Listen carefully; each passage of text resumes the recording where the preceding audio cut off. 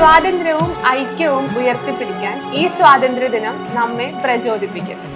സമാധാനത്തിനും നീതിക്കും ഐക്യത്തിനും വേണ്ടി പരിശ്രമിക്കാൻ സ്വാതന്ത്ര്യദിനത്തിന്റെ ആത്മാവ് നമ്മെ പ്രചോദിപ്പിക്കട്ടെ. സ്വാതന്ത്ര്യത്തിന്റെ ആത്മാവ് നിങ്ങൾക്ക് വിജയവും സന്തോഷവും നൽകട്ടെ. ഏവർക്കും ഞങ്ങളുടെ സ്വാതന്ത്ര്യ ദിനാശംസകൾ. ഈ സ്വാതന്ത്ര്യ ദിനത്തിൽ നമുക്ക് നമ്മുടെ പുരോഗതിയെക്കുറിച്ച് ചിന്തിക്കാം.